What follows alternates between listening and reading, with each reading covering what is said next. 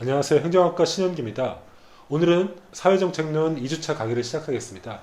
오늘 말씀드릴 주제는 사회정의란 무엇인지, 이른바 정의란 무엇인지, 그 다음에 국가가 사회정책이라는 이름으로 개입할 수 있는 이론적 근거는 무엇인가에 대해서 말씀드리겠습니다. 생각해 보십시오. 그 국가를 운영하는 가장 중요한 원리가 정의인데 무엇을 정의로 할 것인지, 가령 기회의 평등과 결과의 평등, 어떤 것이 옳은가, 이런 것들 논란거리가 되는 거죠. 그래서 사실은 사회정책이라는 것들 혹은 복지정책은 그 궁극적인 목표는 그 사회 내에 정의를 실현하는 것입니다. 근데 사람들마다 생각하는 정의의 개념이 다르기 때문에 사회정책 개념도 달라지는 거죠. 그리고 이 정의에 근거했을 때 그 사회가 정의롭지 않다고 했을 때 국가가 들어옵니다. 근데 이 국가의 개입을 극도로 싫어하는 어떤 생각들이 있는 거죠. 이른바 시장이라는 것들을 인간의 역사가 만든 자생적인 질서로 보는 사람들은 국가가 들어옴으로써, 국가가 개입함으로써 오히려 자유로운 질서가 무너져서 오히려 더 큰 문제가 생긴다고 생각하거든요. 이런 사람들에게서는 복지정책이라는 것들은 그야말로 사람들의 세금을 뜯어서 국가가 인위적으로 재산을 배분하는 정책을 생각하기 때문에 굉장히 반대합니다. 그렇기 때문에 사회정책 혹은 사회정책의 국가 개입의 정당성은 없는 것이거든요. 그런데 만약에 그런 입장에서는 사회정책은 필요 없는 것인데, 그럼에도 불구하고 세계 어느 나라나 사회정책이라는 것들을 실시하고 있습니다. 즉 국가 개입의 정당성을 일정하게 인정한다는 건데, 그 국가 개입의 정당성은 무엇인지에 대해서 생각해보는 시간을 갖도록 하겠습니다. 그러면 PPT 보시겠습니다. 사회정책론 두 번째 시간에는 사회정의란 무엇인가, 사회정의, 사회정책이라는 게 사회정의를 실현하는 것인데, 그러면 사회정의가 뭔지를 알아야겠죠. 그 다음에 복지정책이라는 것은 또 이제 국가가 사회 문제에 직접 개입하는 것인데, 그렇게 국가가 개입하는 어떤 국가 개입의 이론적 정당성, 근거는 무엇인가, 이런 문제를 한번 알아보려고 합니다. 첫 번째는 먼저 이제 사회 정의에 대해서 생각해 보죠. 먼저 제가 질문을 하겠습니다. 왜 정의가 중요한 것입니까? 왜 사람들이 정의로운 사회를 만들려고 합니까? 그리고 그 정의롭다는 것은 무엇을 의미합니까? 굉장히 논쟁적인 주제입니다. 근데 전통적으로 무엇을 정의인가라고 얘기할 때 다음 페이지 보면은 아리스토텔레스가 이제 규정한 정의라는 개념이 있습니다. 아리스토텔레스는 아시다시피 유명한 이제 그리스의 철학자죠. 근데 이 사람은 정의를 세 가지로 정의합니다. 하나는 일반적 정의입니다. 일반적 정의는 법적 정의 혹은 법적 의무라고 하는데, 법을 따르는 것 자체를 정의로 봅니다. 왜냐하면 법이라는 것들이 자연법, 굉장히 어떤 보편적인 진리를 담고 있기 때문에 그것을 따르는 것, 이것들을 정의로 보는 거죠. 두 번째 정의는 평균적 정의 혹은 응보적 정의라고 하는 것인데, 무엇인가 하면은 눈에는 눈, 이에는 이, 이런 정의 관념입니다. 만약에 어떤 사람이 나의 아버지를 무참하게 살해했다, 그러면은 나도 그 사람에게 동일한 방식으로 복수하는 것, 이게 정의라고 보는 거죠. 그래서 국가의 사법체제, 즉 살인을 했거나 혹은 강간을 했거나 남의 재산에 도둑질하는 사람들에 대해서 국가도 법이 정한 원칙에 따라서 개인을 대신해서 응보를 하죠. 벌을 주죠. 이것도 정의의 관점이죠. 그래서 우리가 항상 사법체제에서 요구하는 것들이 정의를 실현해달라는 것 아닙니까? 이때 정의는 바로 응보적 정의의 개념을 얘기하는 겁니다. 세 번째 얘기는 배분적 정의라고 하는 거죠. 혹은 비례적 정의, 혹은 실질적 평등의 정의라고도 원리라고 부르는 건데, 무엇인가 하면은 같은 것은 같게, 다른 것은 다르게 한다는 거죠.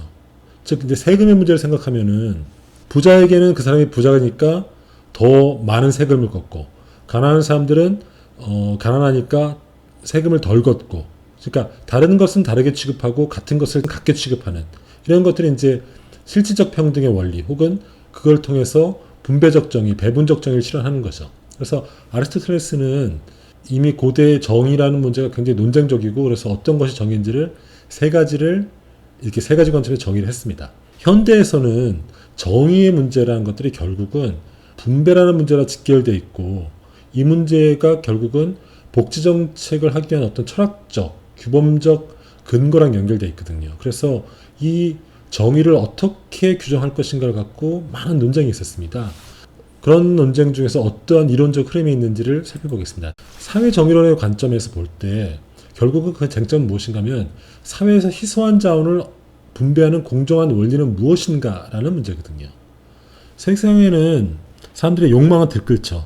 하지만 사람들이 갖고 싶어하는 그 자원은 매우 희소하거든요.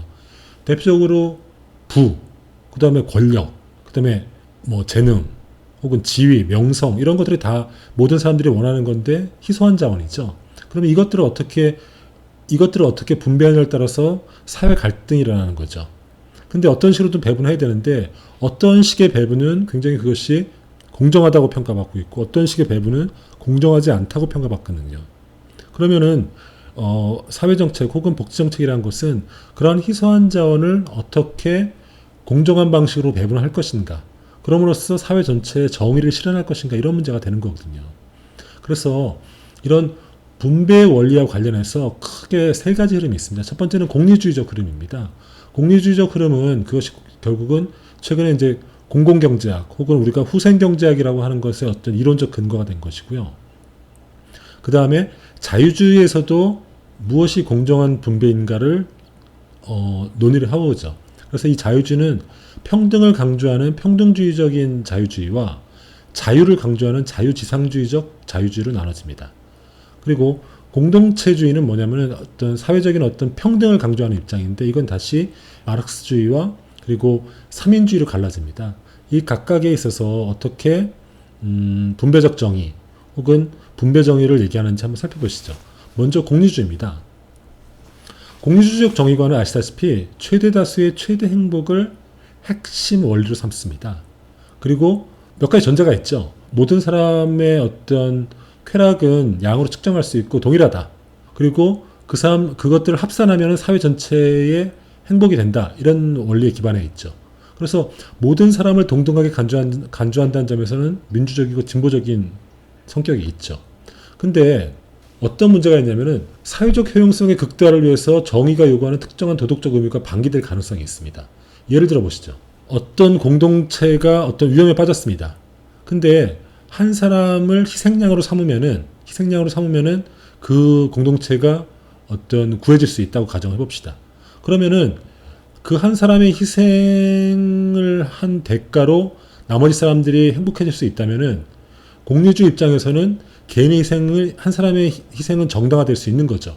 그 사람의 불행이 마이너스 요소고 다른 사람의 행복의 요소를 플러스라고 한다면은 전체적으로는 사회 전체의 행복은 증가하게 되는 거죠. 하지만은 윤리적인 입장에서 모두의 행복을 위해서 한 사람의 희생이 정당화될 수 있는가, 이런 질문을 할 수 있는 거죠. 공리주의적 관점에서는 굉장히 정당하고 정의로운 분배라고 얘기할 수 있지만은 조금 이상하지 않습니까? 과연 모두의 행복을 위해서 한 사람의 희생이 정당화될 수 있는가? 이건 굉장히 윤리적인 쟁점이 될 수 있는 거죠. 또 이런 것도 있습니다. 공리주의 입장에서는 이웃집 남녀 간의 불륜도 정당화될 수 있습니다. 생각해 보십시오. 이건 예입니다. 어떤 이웃집 남자와 바로 이웃집 여자가 서로 불륜에 빠졌습니다. 그러면은 그 두 사람의 행복의 양은 증가하겠죠. 둘이 뭐 어떤 사랑에 빠졌으니까요. 근데 양 집안의 부인과 남편이 모른다는 그 전제 속에서 두 사람이 몰래 불륜의 행각을 이어갈 수 있다면은 사회 전체적으로는 행복의 양이 증가하는 겁니다. 그렇지 않습니까? 근데 이것은 굉장히 도덕적으로 정당화될 수 없는 거죠. 그러니까 공리주의적인 어떤 정의관, 행복관을 보면은 사회 전체의 행복의 양이 늘어나는 것들을 정의로운 분배라고 보는데, 그렇게 따지면 그것이 도덕적으로 정당화되기 힘든 거죠. 공리주의적 정의관에서는 분배 정책도 굉장히 합리화될 수 있습니다. 왜냐하면은 가난한 사람들에게 어떤 복지 정책을 해서 그들의 행복이 증가된다면은 사회 전체적으로 행복이 증가하지 않겠습니까? 그러면은 분배 정책은 정당화되죠. 왜냐하면 그 분배 정책을 통해서 사회 전체의 행복의 총량이 늘어나니까. 그래서 공리주의 정책에서도 분배 정책을 정당화할 수 있지만은 아까 말했던 윤리적인 어떤 정당성의 문제가 있습니다. 그래서 공리주의 관점에서 사회 정의관을 세울 때 이런 어떤 윤리적인 문제가 있기 때문에 굉장히 좀 취약하다고 평가받는 거죠. 오른쪽 그림 보시면은 이 사람이 누구냐면 우리가 잘 알고 있는 제레미 벤담입니다. 제레미 벤담은 우리가 알듯이 공리주의적인 정의관을 확립한 사람인데, 이 사람은 자신의 철학을 실제로 실천한 사람이죠. 자기가 죽은 다음에 의료기술의 발전에 도움이 된다. 공리주의적으로 도움이 된다는 이유로 자신의 몸을 그 의과대학에다가 기부를 하죠. 그러니까 이른바 자신의 신체를 기부를 하죠. 그래가지고 자신의 몸을 의료 연구에 바치고 자신의 몸을 이렇게 밀랍 인형으로 만든 겁니다. 만들었는데 문제는 뭐냐면은 이 사람의 목이 누군가 훔쳐간 거예요. 훔쳐가가지고 한동안 목이 없어가지고 가짜 목을 이렇게 임의적으로 이렇게 만들어 놓은 겁니다. 그러다가 한참 있다가 이 사람 목을 되찾았어요. 그게 이제 밑에 그 무릎 사이에 있는 그 얼굴입니다. 이게 진짜 얼굴이죠. 뭐 이런 식으로 제레미 벤담은 최대다수의 최대 행복, 그 다음에 사회 전체 행복의 총량이 드러난다면은 복지 정책도 정당화될 수 있고 그것이 곧 정의로운 분배다 이렇게 얘기했는데 아까 얘기했던 어떤 윤리적인 문제에 봉착하는 거죠. 그래서 합리적인 어떤 윤리 기준, 분배의 기준 혹은 정의 기준이 될 수 없다는 비판을 받죠. 이런 어떤 공리주의적 정의관을 가장 정면으로 비판하는 사람이 바로 이제 하버드 대학교 철학과 교수였던 존 롤스라는 사람입니다. 이 사람은 공정으로서의 정의, justice as fairness라는 관점에서 정의관을 정립합니다. 이 사람의 첫 번째 주장은 뭐냐면은 공리주의적인 분배론에 대한 비판입니다. 아까 얘기했듯이 공리주의적 분배론은 아까 그런 윤리적인 문제, 사회 전체 행복이 늘어나는 방식의 선택이라고 한다면 그것은 정의롭다라는 어떤 공리주의적 분배론이 갖고 있는 어떤 윤리적인 문제를 정면으로 비판하죠. 그리고 그것은 좀 더 어렵게 얘기하면은 쾌락주의적인 정의관이라는 거죠. 근데 진짜 국가 운영에서 중요한 것은 그런 쾌락주의가 아니라 무엇이 올바른가에 대한 어떤 관점이 정립되어야 된다는 것이거든요. 두 번째는 능력주의에 대한 비판입니다. 우리가 능력주의, 메리토크라시라고 하는데 능력주의, 즉 열심히 노력한 사람은 그 노력의 대가로 더 많은 부 혹은 어떤 성취를 얻는다. 이게 근대의 성과주의와 연관되어 있는 거죠. 그러니까 그것이 굉장히 정의로운 분배라고 인정할 수 있지 않겠습니까? 내가 노력한 만큼 내가 많은 걸 갖게 된다면 그것은 정의로운 분배겠죠. 근데 존 롤스는 그것도 정의롭지 않다고 봅니다. 우리가 보통 능력이라 하는 것들이 뭡니까? 우리 대학의 예를 들어보죠. 어떤 사람이 열심히 노력해서 명문대학을 갔습니다. 근데 우리가 알다시피 지금의 명문대학을 가는 그 아이의 능력이라는 것들이 반드시 곧 자기의 능력이라고만 볼 수 없고 노력의 대가로 볼 수 없거든요. 가령해서 좋은 가정에 태어나서 부모의 전폭적인 지지를 받는 아이들은 많은 사교육을 받게 될 거거든요. 그러면은 상대적으로 지방의 오지에 있는 아이들은 타고난 능력이 뛰어남에도 불구하고 부모의 지원이라든지 환경의 어떤 어려움 때문에 어떤 공부할 시간에 공부하지 못하고 알바를 하거나 혹은 다른 식의 어떤 경제활동을 해야 됐다고 한다면은 결과적으로는 그 사람의 어떤 성취의 차이가 날 수밖에 없는 거거든요. 그러니까 결국은 존 롤스 입장에서 볼 때는 그 사람의 능력이라고 하는 것도 결국은 우연한 운에 의한 결정이라고 보는 거죠. 그러니까 능력이 만약에 운이라면은 그 능력에 의한 성취도 그 성취에 의한 배분도 정의롭지 않다고 보는 거죠. 그죠? 그래서 이런 관점에서 존 롤스는 새로운 정의관을 세웁니다. 첫 번째, 그 사람이 볼 때는 롤스가 볼 때는 사회의 기본 재화라는 것이 있습니다. 프라이머리 굿. 모든 사람이 원하지만은 그 자원의 분포가 굉장히 제한되어 있는 것이 있죠. 이런 것들이 기본자입니다. 대표적으로 권리와 자유, 기회와 소득, 소득과 부 이런 것들이 모든 사람이 원하지만은 그 자원의 분포는 제한적이죠. 그래서 경쟁이 일어나는 거죠. 이런 것들을 어떻게 배분할 것인가? 존 롤스의 아이디어는 무지의 장막이라는 겁니다. 무지의 베일이라고도 하는 건데 이런 겁니다. 우리가 모두 이 세상에 태어나기 전에 어떤 세상을 만들지를 우리가 회의를 한다고 생각해 봅시다. 그때 여러 사람들이 이제 내가 다음 세상에 태어나야 되는데 이 정의로운 세상 어떤 식의 세상일지 논의를 하는 거죠. 그때 어떤 식의 합의가 가장 합리적인 합의겠습니까? 어떤 사람은 운이 좋아서 부잣집에 태어날 수도 있죠. 어떤 사람은 운이 좋아서 권력자의 집안에 태어날 수도 있습니다. 근데 또 한편으로는 운이 나빠서 가난하거나 혹은 빼곡고 힘없는 집안에 태어날 수도 있습니다. 근데 토론하는 사람들은 내가 어느 집안에 태어날지 모릅니다. 그러면 어떤 식의 합의를 하겠습니까? 내가 부잣집에 태어날 수도 있지만은 또 한편으로는 운이 나빠서 가난한 집안에 태어날 수도 있거든요. 그러면 이 사람들은 어떤 합의를 하게 되냐면은 최소 수혜자에게 최대 이익을 주는, 즉 가난한 사람에게 보다 혜택을 주는, 혹은 힘없는 사람에게 더 혜택을 주는 이런 체제에 합의하지 않겠습니까? 이게 바로 무지의 장막의 아이디어입니다.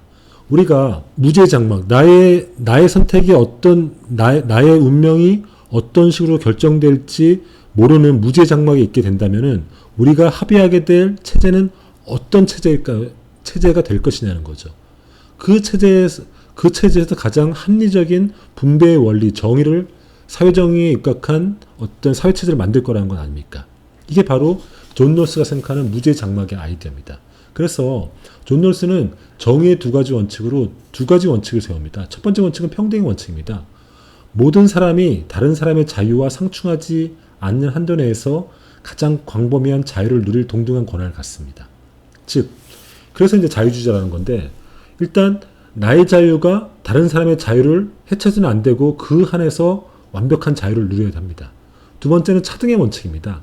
차등의 원칙은 다시 두 가지 원칙으로 나눠지는데, 불평등으로 생겨난 이득은 최소 수혜자에게 최대의 이익이 돼야 됩니다. 즉, 아까 얘기했듯이 우리 무지의 장막에서 합의할 수 있는 원칙은 뭐냐면은, 만약에 불평등이 존재한다면은 그 수혜를 가장 적게 받은 사람에게 최대의 이익이 되도록 분배가 이루어져야 되고, 그 다음에 두 번째 원칙은 공직과 지위는 기회균등의 조건 아래서 모든 사람들에게 개방돼야 한다는 겁니다. 그죠? 우리가 무죄장막에서는 이 정의의 두 가지 원칙에 대해서 합의할 수 있다는 거죠. 왜 무죄장막이라는 그 원리를 끄집어냈냐면은, 우리가 현실에서 어떤 정의의 원칙을 합의하게 되면은 우리가 현실적으로 갖고 있는 이해관계 때문에 정의의 원칙이 나의 이해관계 때문에 합의되지 않는 거죠. 나한테 이론적으로 사회체제, 사회정의를 합의할 가능성이 있지 않습니까? 그러니까 존 롤스는 무죄장막, 제가 얘기했던 태어나기 전에 어떤 어떤 체제가 좋을까, 정의로운 체제인가 합의할 때 이런 두 가지 원칙으로 사람들이 합의할 가능성이 높다는 거죠. 그러니까 나의 이해관계라든지 나의 어떤 운과 절연돼서 완전한 무죄한 상태에서 합의를 한다면 이런 식의 정의관을 합의한다는 거죠. 이게 존 롤스가 얘기하는 어떤 정의의 원칙입니다. 다음 페이지 보시죠. 드워킨 역시도, 이 사람은 지금 옥스퍼드 대학 혹은 이런 그 로스쿨 교수인데, 이 사람도 역시 존 롤스와 같이 자유주의적 관점에서 어떻게 하면은 평등을 조화시킬 것인가, 그리고 평등주의적 자유주의자죠. 그리고 이 사람도 그런 관점에서 어떻게 정의로운 사회를 만들 것이고, 그때 정의로운 사회는 무엇인가를 얘기한 건데, 이 사람은 이런 얘기를 합니다. 정의로운 사회는 평등한 배려를 하는 사회입니다. 즉, 모든 사람들을 평등한 사람으로 대우하는 겁니다. Treating people as equal. 그리고 이때 평등하게 사람들을 대접하려면은 어떤 체제가 돼야 되냐면은 선택에 민감하고 운에 둔감해야 된다는 겁니다. 선택에 민감하다는 건 뭔가 하면은 자유주의 전통에 있으니까 그 사람의 자유에 대해서 자유롭게 선택할 수 있어야 되고, 대신 자유에 대한 책임을 지도록 해야 된다는 겁니다. 그죠? 내가 막 아무거나 선택했는데 사회체제에서 그 자유에 대해서 그 피해를 막 보상해준다면 그것은 뭐랄까요, 정의로운 건 아니죠. 그죠? 그리고 대신 운에 둔감해야 된다는 겁니다. 즉, 이거는 아까 존 롤스가 얘기했던 그 사람이 능력마저도 그 사람의 운이라고 한다면은 그 운에 대해서는 둔감한 사회체제를 만들어야 되는 거죠. 그래서 이 사람은 운에 대해서 선택적 운과 피할 수 없는 운에 대해서 얘기를 합니다. 그래서 선택적 운은 개인의 선택이니까, 옵션 럭은 개인의 선택이니까 여기에 대해서는 책임을 물려야 되는 거지만은 피할 수 없는 운. 가령 예를 들어서 갑자기 교통사고를 당한다든지, 갑자기 부모의 죽음을 당한다든지, 갑자기 벼락을 맞는다든지, 이것은 피할 수 없는 브루트 럭 아닙니까? 그러니까 여기에 대해서는 사회가 일정하게 안전책을 만들어줘야 된다는 거죠. 그래서 드워킨의 평등과는, 아까 존 롤스의 평등과는 justice as fairness, 공정으로서의 정의라는 관점 아닙니까? 이 사람은 equality of resource, 자원의 평등을 강조합니다. 이런 관점에서. 그래서 이 사람은 두 개의 모델을 얘기하는데, 경매 모델은 이겁니다. 옵션 럭, 즉 선택적 운에 대해서는 책임을 물려야 되는 것 아닙니까? 개인의 선택에선 책임을 물리니까 이런 가정을 하는 거죠. 경매 모델입니다. 모든 사람에게 일정한 자원을 배분합니다. 똑같이 100만 원씩 나눠줍니다. 그리고 경매를 하듯이 자신의 원하는 것에 대해서 경매 방식으로 호가를 부르는 거죠. 그리고 가장 높은 호가를 부르는 사람들에게 그 자원을 주는 거죠. 그러면 나중에 경매가 끝난 다음에 갖고 있는 자원의 차이가 나지 않습니까? 어떤 사람들은 어떤 A라는 경매품을 가진 사람들은 그 경매품을 내가 뭐 50만 원 갖고 지불했으니까 50만 원밖에 안 남아 있고, B라는 경매품을 호가한 사람들은 내가 그것을 30만 원 주고 내가 얻었으니까 70만 원의 자원이 남아 있죠. 그러면 50만 원과 70만 원의 어떤 자원의 차이가 있는데, 이것은 내가 선택한 대가니까 이것은 정의로운 분배라고 볼 수 있는 거죠. 이게 바로 경매 모델입니다. 즉 선택에 민감하다는 얘기인데, 나의 선택의 결과에 따른 분배의 차이는, 그것은 개인의 자유라는 관점에서 용인될 수 있다는 거죠. 하지만은 피할 수 없는 운, 즉 브루트 럭이라는 것 있지 않습니까? 여기에 대해서는 보험을 해야 된다는 겁니다. 사회적으로 보험을 해야 되는 겁니다. 가령해서 갑작스럽게 교통사고가 나서 더 이상 노동을 할 수 없다거나, 갑자기 벼락을 맞아가지고 어떤 불구가 돼가지고 노동을 할 수 없다. 이런 것들은 개인의 선택이 아니지 않습니까? 그것은 피할 수 없는 운 아닙니까? 여기에 대해서는 사회가 어떤 기금을 적립하는 방식으로, 혹은 뭐 지금처럼 사회보험처럼 자신의 어떤 노동기간 동안에 벌은 소득의 일부를 떼서 기금을 적립하고, 그 피할 수 없는 운에 대해서, 그것으로 인한 불행에 대해서 이렇게 보호를 해주는 이런 식의 체제를 만드는 것이 정의로운 거라고 보는 거죠. 그래서 이 자유주의적인 전통에서는 개인의 자유, 개인의 선택을 굉장히 중요시합니다. 아까도 보셨다시피 존 롤스의 정의관에서 첫 번째 원칙이 뭐였습니까? 개인의 선택은 존중하되 그 선택이 다른 사람의 자유를 침해해서는 안 된다고 보는 거죠. 드워킨의 정의관에서도 물론 평등도 중요하지만은 그 분배가 개인의 선택에 민감해야 된다는 거 아닙니까? 즉 내 선택에 의한 분배의 차이는 용인될 수밖에 없다고 보는 것 아닙니까? 그래서 자유주의 전통에서는 이 개인의 자유라는 걸 굉장히 강조합니다.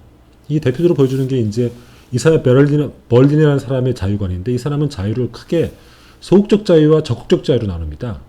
그래서 소극적 자유라는 건 뭐냐면은 개인의 행동 또는 선택에 의해서 외적 강제가 없는 상태를 소극적 자유라고 합니다. 이걸 제한정부죠. 즉 소극적 자유는 뭐뭐로부터의 자유입니다. 즉 국가의 강제로부터의 자유입니다. 이게 진짜 자유입니다. 근데 상대적으로 적극적 자유는 뭐냐면은 칸트나 헤겔식의 자유입니다. 이건 헤겔식의 자유는 이런 겁니다. 개인의 자유가 개인으로 확장되고, 그 다음에 어떤 세계 이상과 만나서 그리고 궁극적인 인간의 해방이 이루어진다, 뭐 이런 식의 자유관인데, 이런 자유관은 궁극적으로 어떤 국가의 적극적인 개입을 갖고 온다는 거거든요. 그리고 그 개입이 결국은 개인의 자유를 침해한다고 보는 거거든요. 이건 독재로 연결된다고 봅니다. 그래서 자유주의 전통에서 강조되는 것은 뭐뭐를 향한 자유가 아니라 뭐뭐로부터의 자유입니다. 즉 소극적 자유를 강조합니다. 즉 한마디로 얘기하면은 개인의 어떤 절대적 자유를 강조합니다. 이런 전통이 있거든요.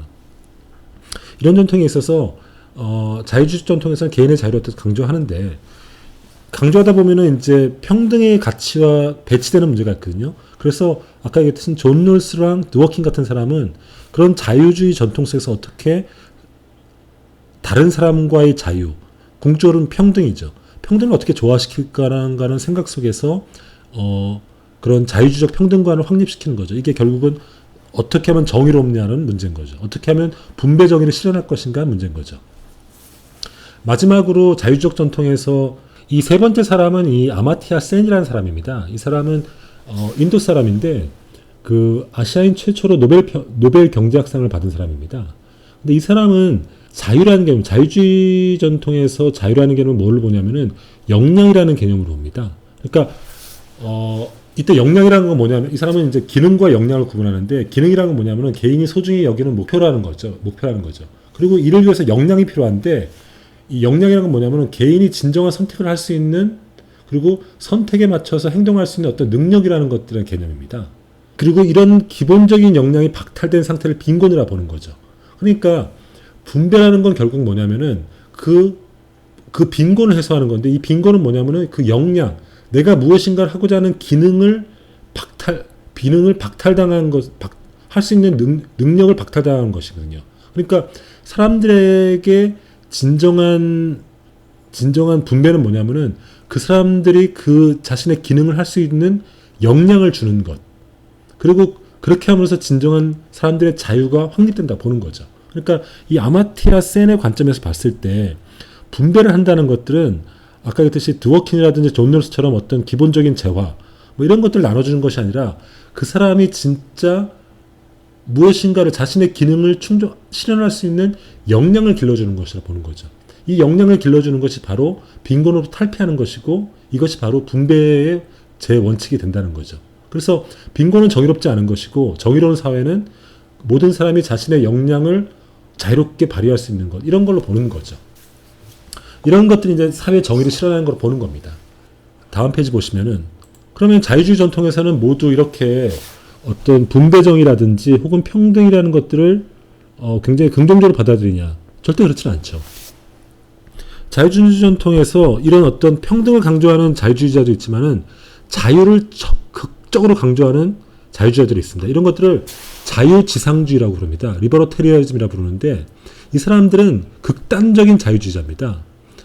이런 사람들이 어떤 사람이냐면 미국에 이런 사람들이 많은데 가령을 들어서 총기 소유를 주장하는 사람들이 있죠. 이런 사람들이 총기 소유를 왜 주장하냐면은 미국 헌법 수정헌법 2조에 근거하고 있는데 수정헌법 2조는 총기 소유의 자유 조항이거든요. 근데 헌법적 권리기라도 하지만은 또 한편으로는 그것이 개인의 자유라고 보는 겁니다. 국가도 우리가 생각하길 때는 총기를 갖고 있으면은 개인 간의 어떤 위험이 발생하니까 총기를 국가가 흡수해야 될 것 같은데 이 사람들은 국가가 개인이 총기를 가질 수 있는 자유를 침해할 수 없다고 보는 거죠. 또 한편으로는 미국 같은 데 가면은 굉장히 전통적인 어떤 생활 방식을 고수하는 사람들이 있습니다. 오하이오주라든지 혹은 뭐 유타주의 모먼 교도들 이런 사람들 보면은 국가가 개인의 어떤 생활 방식에 침해하는 것들을 굉장히 반대하거든요. 왜냐하면 그 사람들 생각하기에는 국가는 무조건 잘못된 겁니다. 그러니까 국가가 개입해서는 안 되고 그리고 개인의 자유는 절대적인 신성시되는 가치죠. 그래서 국가는 무조건 방임하는 것이 좋다고 보는 관점이죠. 그러면 이 관점을 더 극대로 밀고 나가면은 국가가 시장에 개입해서 무엇인가를 재분배하는 것은 개인의 자유를 위협하는 것으로 봅니다. 그래서 빈부격차가 아무리 크더라도 부자의 부가 취득 과정과 양도 과정에서 어떤 법적인 불법이 없다면은 그러한 분배는 정의로운 것으로 보는 거죠. 그러니까 이 불법과 탈법을 용인한 건 아닙니다. 하지만은 그 사람이 시장에서 열심히 일해가지고 어떤 부를 축적했고 그런 거라고 한다면은 불법이 없다면은 그에 따른 어떤 빈부격차는 정의로운 거로 보는 거죠. 그런 식으로 발생하는 분배의 차이는 정의로운 것이 보기 때문에 국가가 개입해서는 안 된다고 보는 겁니다. 이런 생각을 자유지상주의라고 하는데 대표적인 게 로버트 로직이라고 하는 사람의 생각입니다. 이 사람의 책이 아나키 스테이트 앤 유토피아라는 책인데 바로 이 생각을 가장 핵심적으로 담고 있는 생각인데 이 책은 아까 처음에 얘기했던 존 롤스의 자유론, 정의론이죠. 정의론이 나오고 그 정의론에 대한 반박으로 나온 책입니다. 그리고 이 사람들은 둘 다 하버드 대학교 철학과 교수인데 연구실도 서로 마주보고 있었다고 하는 거죠. 마주보고 있었다 그러더라고요. 그러니까 한 사람은 같은 하버드 대학에서 한 사람은 공정으로서 정의라는 관점에서 굉장히 어떻게 하면 정의로운가 어떤 분배 정의를 최소수혜자에게 최대익을 주는 분배를 적극적으로 옹호한 입장이었던 반면 이 로버트 로직이라는 사람은 같은 어떤 동료 교수인데도 정반대해서 불법과 하자가 없는 한 시장에서의 이루어진 분배는 정의롭다. 그 자체로 정의롭다는 정반대 얘기를 한 거죠. 그래서 이 사람은 보응의 정의, justice in holding이라는 정의관을 갖고 있습니다. 존 롤스가 justice as fairness라면 이 사람은 justice in holdings라는 정의관을 갖고 있는데 모든 개인은 정당한 과정을 통해서 얻은 노동의 대가를 보유할 권리를 가진다는 거죠. 그래서 사람이 자연물의 노동을 투여해서 만들어진 것들을 개인의 소유물이라고 부르거든요. 이것은 로크의 생각으로부터 이어져 오는 것인데 이 과정에서 노동을 투여해서 얻은 그 소유물은 그 과정에서 남의 자유를 침해하거나 국가가 정한 어떤 법률과 어떤 규제를 벗어나는 것이 아니라면은 정당한 것이기 때문에 그를 통해서 얻은 대가, 부도 정의롭다고 보는 거죠. 그래서 획득의 정의, 이득의 정의, 교정의 정의라는 관점에서 이 관점에서 아까 얘기했듯이 하자가 없다면은 그걸 통해서 축적된 부는 정의롭다는 거죠. 그리고 그 과정에서 아무리 어떤 분배의 어떤 사회적 부의 어떤 불평등이 일어나도 국가가 그것을 함부로 개입해서 재분배해서는 안 된다는 거죠. 그 과정 자체가 개인의 정당한 노동의 대가를 국가가 탈취하는 것이기 때문에 그 자체로 정의롭지 않다고 보는 겁니다. 세 번째는 마르크스주의 혹은 삼인주의 관점에서 정의관입니다. 이 사람들은 자유와 평등 중에서 평등을 더 강조하는 거죠. 아까 자유주의자들은 자유를 더 강조하지 않습니까? 이들은 사회경제적 평등을 더 강조합니다. 왜냐하면 사회경제적 불평등은 그 자체로서 그 자체로서 불평등이고 불평등이 심해지면은 개인의 자유를 위협한다고 생각하기 때문에 평등을 강조하는 입장이죠.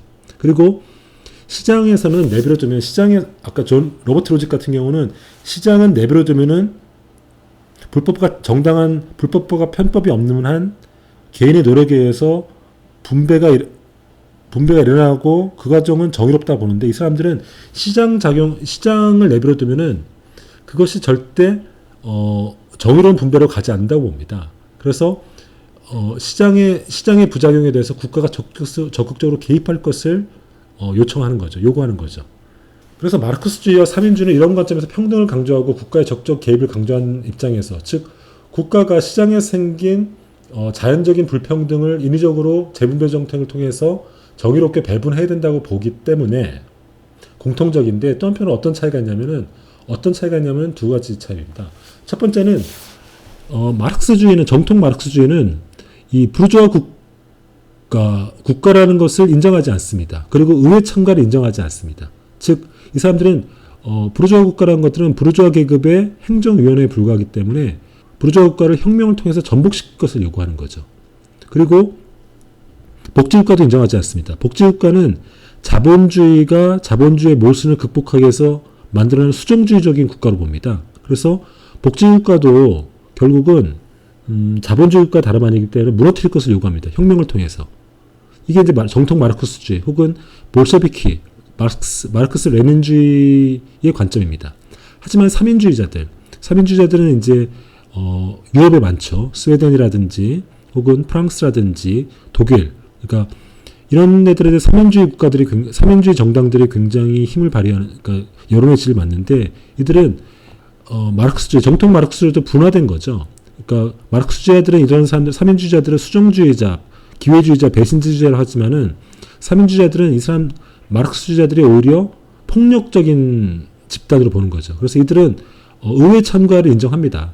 국가라는 것들은 중립적인 기구이기 때문에 의회 참가해서 국민의 지지를 받아서 정권을 잡고 그 정권을 잡아서 복지정책을 펼 수 있다고 보는 거죠. 그리고 지금의 복지국가는 이런 삼인주의자들이 만든 체제입니다. 그래서 이 복지국가를 통해서 자본주의의 모순을 극복할 수 있다고 보는 거죠. 그래서 크게 보면은 밑에 표를 보면은 가장 왼쪽부터 가장 오른쪽까지 정치적 입장이 있는데 가장 왼쪽에 마르크스주의자들, 정통 볼셰비키주의자들 이런 사람들이 있죠. 지금은 뭐 거의 없죠. 이런 공산주의를 주장하는 세력들은 정치적으로 적죠. 그리고 가장 오른쪽에 우파적인 입장의 자유지상주의자들이 있습니다. 그리고 중도 좌파 정도의 유럽의 삼인주의 정도의 어떤 이념적인 입장이 있고요. 그 다음에 중도 우파 정도의 존 롤스나 혹은 드워킨 정도의 평등주의적인 자유주의 입장이 있습니다. 이 입장은 요 정도의 우리나라의 어떤 정의당 정도의 위치가 있다고 보겠죠. 그리고 미국의 민주당 정도도 평등주의적 자유주의 정도의 입장이 있습니다. 이 정도로 있는 거죠. 다음 페이지 보시죠. 그러면은 지금까지 우리가 이제 어떤 사회 정의에 대한 어떤 여러 가지 입장들을 봤는데, 사회 정의에서 강조하는 건 사실은 평등입니다. 그리고 평등의 가치와 자유의 가치를 어떻게 조화시킬 것인가라는 얘기인데, 평등 중에서 또 대표적인 어떤 갈등이 기회의 평등과 결과의 평등이라는 겁니다. 우리가 기회의 평등이라는 것들을 강조할 것인가 혹은 결과의 평등을 강조할 것인가 라는 거죠. 근데 보통 보면은 우리가 기회의 평등까지는 대개는 인정합니다. 기회의 평등까지는 주자는 거죠. 근데 결과의 평등은 한마디로 너무 공산주의적이다 이렇게 얘기하는데, 과연 그것도 정당한 얘기인지 한번 생각해 봅시다. 기회의 평등은 뭐냐면은 누구에게나 기회가 골고루 부여돼서 골고루 주자는 거, 먼저 출발점을 갖게 하자는 거죠. 그리고 개인의 능력이나 노력의 결과에 따라서 불평등이 발생한다면은 그러한 불평등은 용인 가능하다고 보는 겁니다. 대표적인 게 기회 평등이 이제 능력주의죠. 능력주의라는 게 뭡니까? 능력이 있는 사람들은 누구나 어떤 시험의 기회를 공정하게 주고 시험의 기회를 평등하게 주고 노력한 사람들은 더 높은 점수를 받아서 좋은 대학 가고 좋은 직장 갖고 그렇지 않은 사람들, 놀고 먹은 사람들은 능력주의 원칙에 따라서 그냥 도태되거나 혹은 뭐 약간 열등감에 취해 있는 것들은 용인될 수 있다는 거죠. 왜냐하면 그 사람들은 자신이 노력하지 않은 결과니까. 이게 능력주의 아닙니까? 그리고 이것은 기회평등이라는 생각과 맞닿아 있습니다. 이거는 정당한 겁니까? 생각해 봅시다. 최근에 조국 사태에 대해서 조국 사태가 일어났을 때 사람들이 조국의 딸의 문제에 사람들이 분노했습니다. 정의롭지 않다고 생각했습니다. 왜 그렇습니까? 엄마 찬스, 아빠 찬스는 정의롭지 않다고 보는 거죠. 그죠? 그리고 능력대로 하자 그런 거 아닙니까? 엄마 찬스, 아빠 찬스 쓰지 말고 너도 당당하게 능력대로 의과전문대학 가야 되는데 엄마 찬스, 아빠 찬스 써가지고 대학도 편하게 가고 뭐 특혜를 받다는 거 아닙니까? 근데 그래서 이 능력주의가 정의롭지 않다고 봤다는 그 관점에서 비판했는데 생각해 봅시다. 능력이라는 요소는 과연 온전하게 자기의 노력의 결과입니까? 저는 그렇게 생각하지 않습니다. 우리가 좋은 대학 혹은 좋은 직장을 갖는 것들을 내 노력의 결과로 보지만은 사실은 어떤 면에서는 그 능력을 100% 발휘할 수 있는 환경이 있습니다. 그런 가정 환경이, 그러니까 조금 여유롭고 조금 부모가 많이 배운 집안에서는 아이들에게 더 많은 기회를 제공합니다.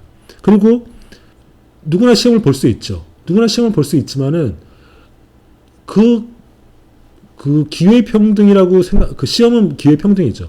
누구나 시험을 볼 수 있지만은 다 그 시험에서 높은 성적을 받을 수 있는 건 아니거든요.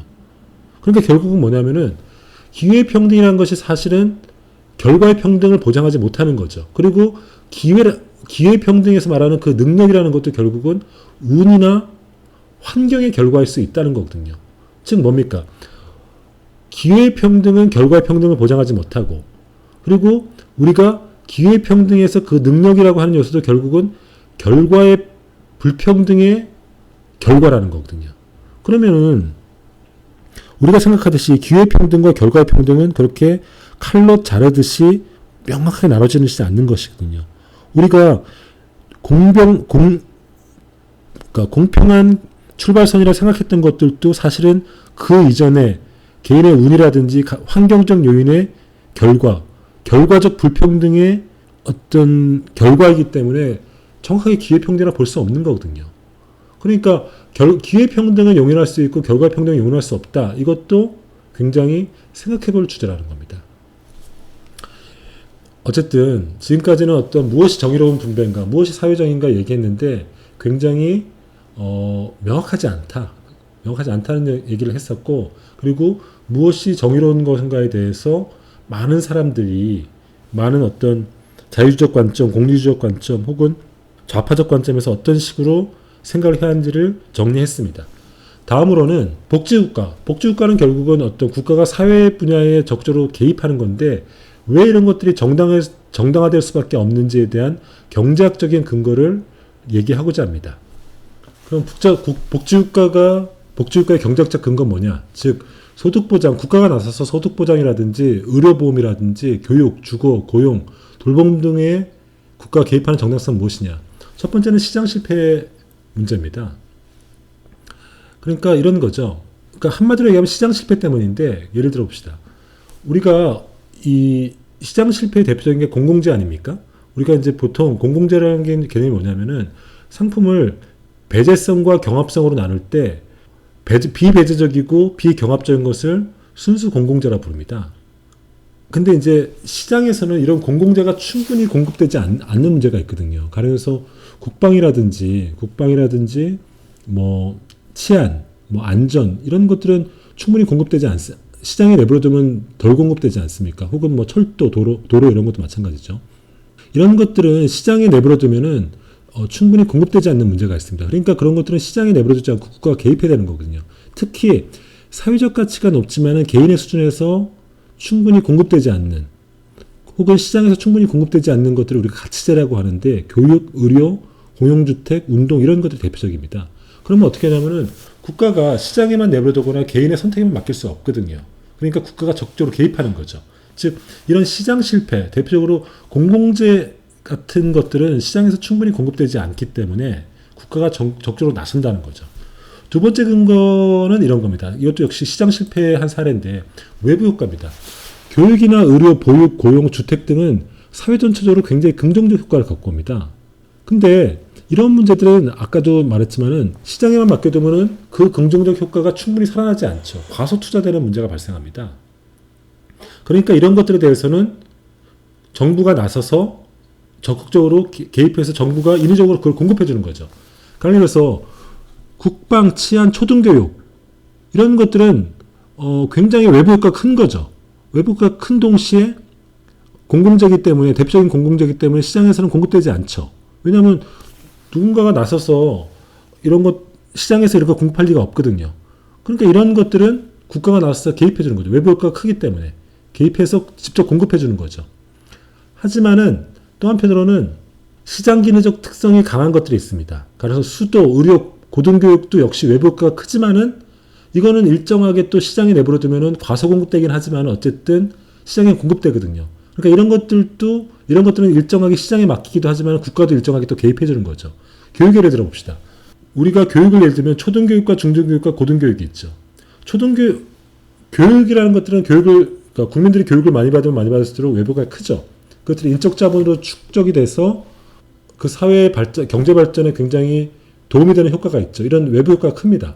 근데 초등교육 같은 경우일수록 더 외부 효과가 크죠. 근데 고등교육, 즉 대학교육 같은 경우는 개인의 선택에 맡길 수 있거든요. 그것도 물론 외부 효과가 있지만은 초등교육만큼 외부 효과가 크지는 않거든요. 그러니까 외부 효과가 아주 큰 초등 혹은 지금 중등교육까지는 국가가 개입해서 의무교육을 실시하고 고등교육은 개인의 선택에 좀 맡기는 거죠. 그래서 이건 의무교육으로 하지 않고 이런 거죠. 마지막으로 정부가 개입하는 복지정책에 개입하는 것은 정보 비대칭성의 문제입니다. 즉 사람들이 살아가면서 그러니까 젊을 때는 문제 없는데 늙어서 퇴직을 하게 되면은 빈곤에 떨어질 가능성이 있죠. 그래서 연금을 가입해야 됩니다. 개인연금을 가입해야 됩니다. 또 한편으로는 사람이 살다가 갑자기 병이 생기게 되면은 병원에 가야 되는데 그때 갑자기 큰 돈이 들면은 집안이 망할 수 있으니까 소득의 일부분을 떼서 보험을 적립해야 됩니다. 근데 사람들이 과연 보험에 적립할까요? 거의 적립하지 않거든요. 왜? 나는 영원히 일할 것 같거든요. 나는 절대 아프지 않을 것 같거든요. 그러니까 사람들이 보험에 가입하지 않는 위험의 무방비 상태가 되는 거죠. 그죠? 그러니까 결국은 어떤 문제가 생기냐면은 정보 비대칭성에 따라 역선택의 문제가 생깁니다. 즉 결국은 보험에 가입하는 사람들은 결국 어떤 사람이냐면은 더 병이 아픈 사람들, 즉 더 아프거나 더 내가 잘릴 것 같은 사람들, 이런 사람들만 보험에 가입하는 거죠. 이른바 역선택의 문제가 생기는 겁니다. 그죠? 그렇게 되면 어떻게 됩니까? 보험회사들이 망하게 되겠죠. 그죠? 왜냐면은 이 보험이라는 것들이 여러 사람들의 돈을 기금 형태로 모아서 위험에 있는 사람들에 대해서 그 만일의 사태에 대비 때 보험금을 지급하는 체제인데 역선택, 즉 정작 가입해야 될 사람들은 가입하지 않고 더 위험에 크게 노출된 사람들, 뭐 이런 사람들만 가입하니까 그런 보험회사 입장에서는 보험 수리가 맞지 않는 거죠. 그러니까 보험회사가 무너지게 되는 문제가 있죠. 그리고 보험 공급자 입장에서도 소비자를 선별하는 문제가 있죠. 즉 이런 소비자 입장에서 역선택의 문제가 발생하니까 실제로 건강한 사람들, 그 다음에 보험이 상대적으로 필요 없는 사람들만 소비자를 받아들이고 정작 보험이 필요한 사람들은 보험에 가입해주지 않는 문제가 있는 거죠. 시장에 맡겼을 때. 그죠? 이런 게 이제 정보 비대칭성에 의한 시장의 붕괴의 문제입니다. 보험 시장이 이렇게 되면 붕괴되거든요. 그러면 사람들이 적정하게 보험을 통해서 보호를 받지 못하는 문제가 있거든요. 그래서 국가가 강제보험을 실시하는 겁니다. 그러니까 건강보험이라든지 연금, 왜 국가가 나는 연금이라든지 건강보험에 가입할 마음이 없는데 왜 강제로 내 소득에 뜯어가느냐, 이렇게 문제제기를 하는 사람이 있거든요. 근데 이런 정보 비대칭성에 의한 어떤 역선택이라든지 소비자 선별의 문제 때문에 국가가 강제적으로 소득의 일부분을 의료보험이라든지 연금으로 떼어가는 거죠. 지금 우리나라도 직장에 다니는 사람들은 무조건 소득의 일부분을 연금으로 떼야 됩니다. 그리고 건강보험으로 떼야 되고, 그 다음에 고용보험도 떼고, 그 다음에 산재보험도 뗍니다. 이거는 이렇게 강제보험을 하는 이유가 바로 이런 문제 때문에 그런 거죠. 그걸 통해서 소득재 분배 효과를 달성하는 거죠. 일정하게 또. 그 다음에 국가가 직접 개입하는 방식을 통해서 국가가 국민들을 보호한다는 어떤 국가 가부장주의 이런 것도 실현하는 거죠. 물론 이런 걸 통해서 이제 국가가 아까 했듯이 이 국가가 복지 정책을 하는 경제학적인 이유는 한마디로 얘기하면 시장 실패입니다. 세 가지 측면을 나눠서 하면은 일단은 공공재는 이제 시장에서 맡겨서는 해결되지 않는 문제죠. 그 다음에 외부 효과, 그 다음에 정보 비대칭성 이런 것 때문에 국가가 사회보험이라는 이름으로 혹은 어떤 사회복지 정책을 하는 이유가 되는 경제학적 이유가 되는 거죠. 물론 이것이 만능은 아닙니다. 이 시장 실패가 국가 개입을 불러오는 정당성이지만은 또 한편으로는 국가 개입에 따른 부작용도 분명히 있죠. 이른바 정부 실패의 가능성이 있습니다. 이른바 도덕적 해이죠. 국가가 복지 정책을 하게 되면은 복지에 의존하는 문제가 있죠. 그 다음에 노동 의욕을 상실하는 문제가 있고, 그래서 복지병 같은 게 발생하는 거죠. 그리고 민간에서 더 잘할 수 있는데, 민간에서 보험이라는 것들을 더 잘할 가능성도 있는데, 국가가 강제적으로 실시하거나 혹은 민간 시장을 완전히 잠식해버리면은 민간의 어떤 창의성이라든지 활력을 죽일 가능성이 있죠. 이것을 민간에 대한 구축 효과라고 하는데, 이런 효과도 벌어지는 거죠. 그래서 이 국가 개입이 그 정당한 측면도 있지만 또 지나친 국가 개입은 분명한 한계가 있다. 이런 것들을 같이 생각할 필요가 있습니다. 이번 세 번째 시간에는 복지정책 혹은 사회정책의 근거로서 사회정의란 뭔지, 그래서 역사적으로 혹은 여러 철학자들이 사회정의를 무엇으로 정의했고 어떻게 생각했고 각각의 장단점은 뭔지 이런 것들을 살펴봤습니다. 그리고 사회정의를 그러니까 복지정책을 실현하는 어떤 국가 개입의 어떤 경제학적인 어떤 근거는 뭔지에 대해서 시장 실패라는 관점에서 시장 실패가 어떤 것이 있는지 이걸 통해서 국가 개입 혹은 복지정책의 경제학적 정당성은 무엇인지를 살펴봤습니다. 다음 시간에는 세 번째 시간에는 어떤 복지국가가 발전됐던 어떤 역사적 경험, 서구에서 발전됐던 역사적 경험들을 살펴보면서 복지국가를 발생을 설명하는 이론들은 무엇이 있는지를 살펴보도록 하겠습니다. 그러면은 이것으로서 사회정책론 두 번째 시간을 마치도록 하겠습니다. 수고하셨습니다.